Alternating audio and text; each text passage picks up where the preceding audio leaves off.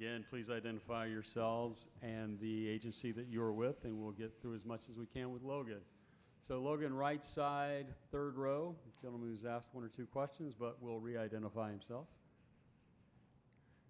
Kenton Gibbs with Locked On ACC.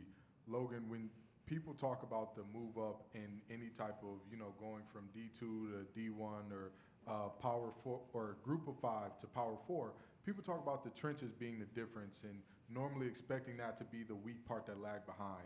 But instead, you all turned out to be a strength of the team, ushering in an 1,000-yard rusher, being the third least sacked team in the conference, and you personally finishing as an all-ACC guy. What does that say about your preparation, who you are as a player, and the offensive line unit as a whole? I think we had a chip on our shoulder going into it.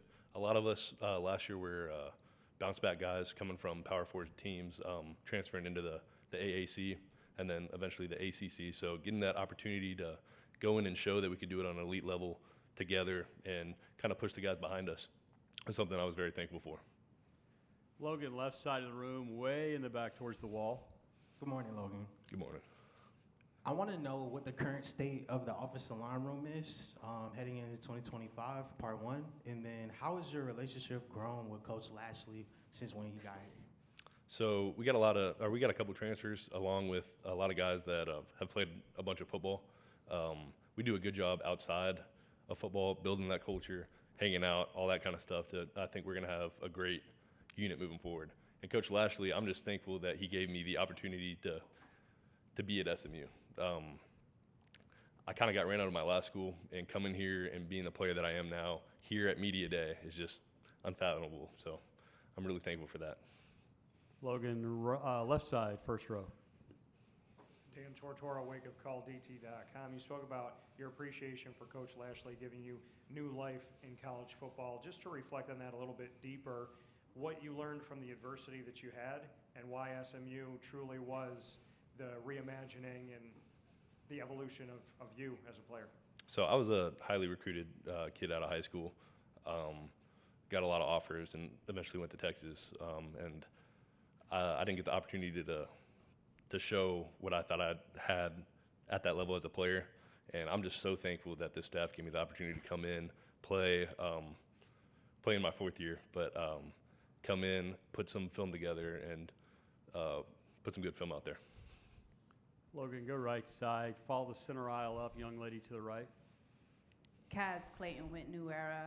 I want to know when you're going against elite ACC defensive line, what is your mindset? So I've been in college a long time, and I've gone against a lot of guys. This is about to be my 6th year. So I've gone against a lot of guys at Texas, a lot of guys at SMU that are in the pros, where I got that level in practice where I was going against the best guy in the country. And in the ACC, I'm going against that same kind of talent, and I'm just thankful every single day in practice I get that same kind of look. Go right side. Logan, to our right, hard right. Thomas Christopher from the League Winners. Now, I know you started your collegiate career in the Big 12, but you also played in the American last year with SMU.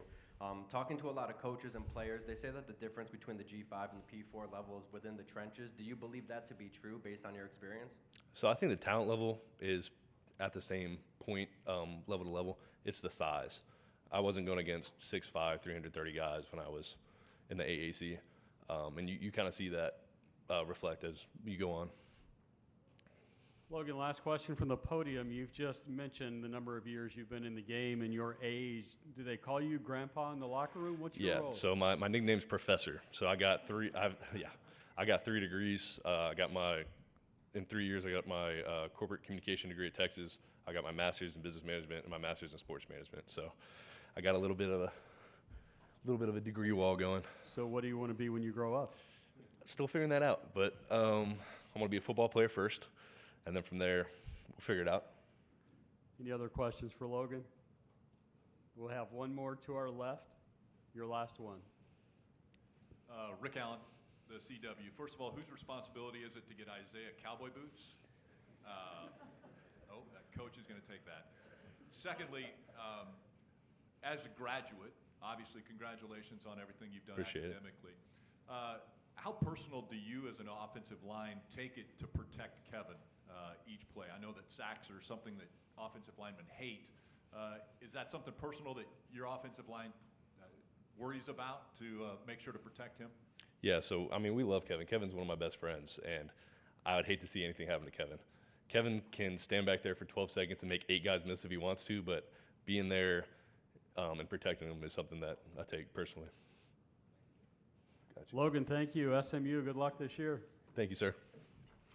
Folks, Stanford is due up in the room at 1 o'clock, and we will see you then.